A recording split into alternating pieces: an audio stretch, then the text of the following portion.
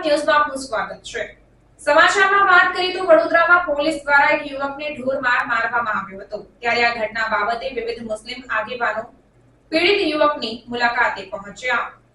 વડોદરા ખાતે પોલીસ દ્વારા ઢોરમાર મારવામાં આવતા એક મુસ્લિમ યુવાન ગંભીર રીતે ઘાયલ છે। ત્યારે ઘાયલ યુવાનના ખબર અંતર પૂછવા માટે હોસ્પિટલ ખાતે ધારાસભ્ય ઇમરાન ખેડાવાલા, પૂર્વ ધારાસભ્ય ગ્યાસુદ્દીન શેખ, વડોદરાના સિનિયર આગેવાન એડવોકેટ અશફાક મલિક અને સામાજિક આગેવાન સગીર અહેમદ અંસારી સહિત મહિલા માઇનોરિટી આગેવાન શબનમબેન હોસ્પિટલ ખાતે પહોંચ્યા હતા અને વડોદરા શહેર પોલીસ કમિશનર સાથે ટેલિફોનિક રજૂઆત કરી આરોપીઓ સામે સંલગ્ન કલમો દાખલ કરી આરોપીઓની ધરપકડ કરવા બાબતે સન્માનનીય સીપીનો આભાર વ્યક્ત કરી ઢોરમાર મારનાર પોલીસ સહિતના આરોપીઓ સામે સખત કાર્યવાહી કરવાની માંગ કરી અને યુવાનનું સારવારનું તમામ ખર્ચ અને વળતર મુખ્યમંત્રી રાહત ફંડમાંથી આપવામાં આવે તેવી માંગણી ઇમરાન ખેડાવાલા અને ગ્યાસુદ્દીન શેખે મુખ્યમંત્રીને રજૂઆત કરશે તેમ પણ જણાવ્યું હતું। Reporter Arif Sayed, secular Gujarat news, Vadodara. સંતોષકારક એક્શન એમણે લીધા છે એટલે પોલીસ કમિશનર તરફથી જે કાર્યવાહી થઈ છે એનાથી અમને અને એના પરિવારને પણ સંતોષ છે, આગેવાનોને પણ સંતોષ છે, પરંતુ જે કૃત્યો કરવાવાળા પોલીસવાળા છે એના પર ચોક્કસ એના પર એક્શન લેવા જોઈએ। કેમ કે આ જે ગરીબ વ્યક્તિને એની ધંધા રોજગાર કરવા માટેની જ્યારે એની લારી હોય તેના આટલું મોટું એને બળનો પ્રયોગ કરીને એને ગાડીના નીચે ઘસડીને લઈ જાય અને પોલીસે બિલકુલ બેફામ થઈને આ કરે તો કોઈ પણ અને દર્દદાયક ઘટના છે।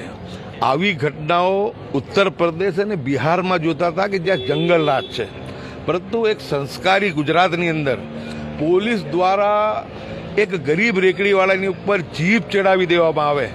હું માનું છું કે ગુજરાતને અને ગાંધી સરદાર સાહેબના ગુજરાતને આ વસ્તુ શોભે એમ નથી। અને અમે વડોદરા તો સંસ્કારી નગરી છે, આખા વિશ્વમાં આખા દેશમાં વખણાય છે એક સંસ્કારી નગરી, અને સંસ્કારી નગરીની આવી નૃશંસ ઘટના જે બની છે એને અમે સખત શબ્દોમાં હું અને ઇમરાન ખેડાવાલા વખોડી કાઢીએ છીએ। પોલીસ કમિશનરશ્રીને અમે ગઈકાલે પણ રજૂઆત કરી હતી। એ એક બહુ સજ્જન વ્યક્તિ છે, એમણે કીધું કે હું આરોપીઓને સામે 307 પણ દાખલ કરું છું અને એમની ધરપકડ કરું છું। આજે બી જ્યારે આવ્યા ત્યારે ઇમરાન ખેડાવાલા અને મેં સીપી સાહેબ જોડે વાત કરી તો એમણે કીધું કે અમે 307 દાખલ કરી છે અને આરોપીઓને પકડાયા બી છે, પરંતુ અમારી માંગણી એટલી છે કે આ વ્યક્તિ હવે આખી જિંદગી જ્યારે જેને તબાહ જેવી કરી નાખી છે, ગરીબ માણસ છે ને પોલીસ એટલે સરકાર દ્વારા કરવામાં આવી છે, આ નૃશંસ કરવામાં આવ્યું છે, તો સરકારે આ ગરીબ દર્દીનું સંપૂર્ણ ખર્ચ જે છે સારવારનો એ પણ ઉપાડવું જોઈએ। અને આ વ્યક્તિને જ્યારે આટલી ગંભીર ઈજાઓ છે તો એને જે છે એને સરકાર તરફથી એને રાહત મળવી જોઈએ, એને કમ્પલ્સેશન મળવું જોઈએ। અમને ખબર છે કે આવી પ્રાઇવેટ ઘટનાઓમાં કમ્પલ્સેશન આપવામાં નથી આવતું, પરંતુ આ ગરવી ગુજરાતની અંદર આ ઘટના બની છે અને સંસ્કારી ગુજરાતમાં બની છે, એટલે ગુજરાતની સરકારે જો જરા પણ શરમ હોય તો તાત્કાલિક આ વ્યક્તિને એને જે છે એને કમ્પલ્સેશન પણ આપવું જોઈએ અને હોસ્પિટલનું તમામ ખર્ચ સરકારે ઉપાડવું જોઈએ। અત્યારે તો ગરીબ વ્યક્તિ પાસે પૈસા પણ નથી સારવાર કરાવવાના, એ તો સમાજના અમુક મોભીઓ આ બાબતે કરી રહ્યા છે।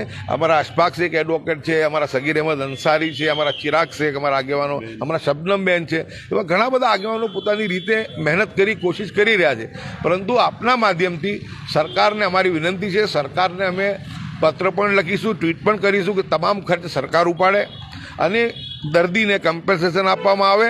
અને જ્યારે 7મી તારીખે અમે અમારી ચૂંટણી પ્રવાસમાં છીએ, અમે ચૂંટણી પતે એટલે રૂબરૂ પણ મુખ્યમંત્રીશ્રીને અને રાજ્યના ડીજીપીશ્રીને મળીને આ રજૂઆત કરીશું।